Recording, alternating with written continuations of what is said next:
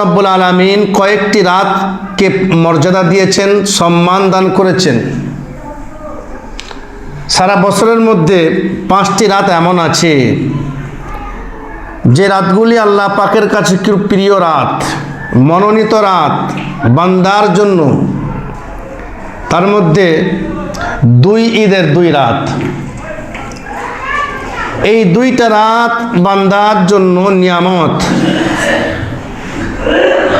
3 নম্বর আশুরা, 10ই মুহররম, এই যে রাতটা আছে, এই রাতটাও বান্দার জন্য মস্ত বড় নিয়ামত। 4 নম্বর শবে বরাত, নিসফ মিন শাবান, শাবান মাসের 14 দিনগত রাত, এই রাতটা বান্দার জন্য আল্লাহর তরফ থেকে নিয়ামত। 5 নম্বর রাত লাইলাতুল কদর।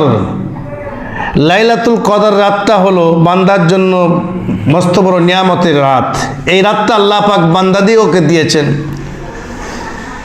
এই রাত্রি, এই 5টা রাত যে ব্যক্তি পেল আর কদর করলো, তার সম্মান করলো, ওই রাতে তার জীবন সারা বছরের পাপের কথা খেয়াল করে, সাগিরা কাবিরার কথা, গোনার কথা খেয়াল করে, এই 5টা রাতে যদি কেউ রাত জাগরণ করে, ইবাদত বান্দি করে, এই রাতের বরকতে আল্লাহ পাক তার জীবনে গোনাগুলি মাফ করে দেন।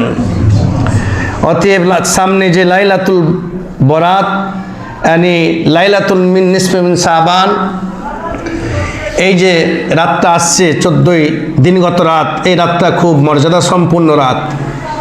এই রাতের কদর করতে হবে, সম্মান করতে হবে, এই রাতকে মর্যাদা দান দিতে হবে। যারা এই রাতের কদর করে, সম্মান করে, ইবাদত বান্দি করে, তারা খুশনসিব বান্দা, আল্লাহ পাকের কাছে প্রিয় বান্দা আল্লাহ পাকের কাছে।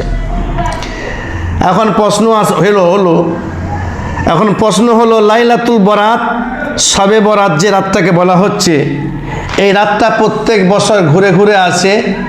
আর সবাই জানে 14 দিনগত রাত, 15ই শাবান রাতটা হলো শবে বরাত, ভাগ্য লিপিবদ্ধের রাত। আর লাইলাতুল কদর রাতটা মানুষ জানে না কোন রাতটা হবে। 27 রজব ঘুরে ঘুরে আসে, 27 রমাদান, 29 রমাদান, 25 রমাদান, 23 রমাদান, 21 রমাদান, লাইলাতুল কদরের রাত প্রত্যেক বছর ঘুরে ঘুরে আসে।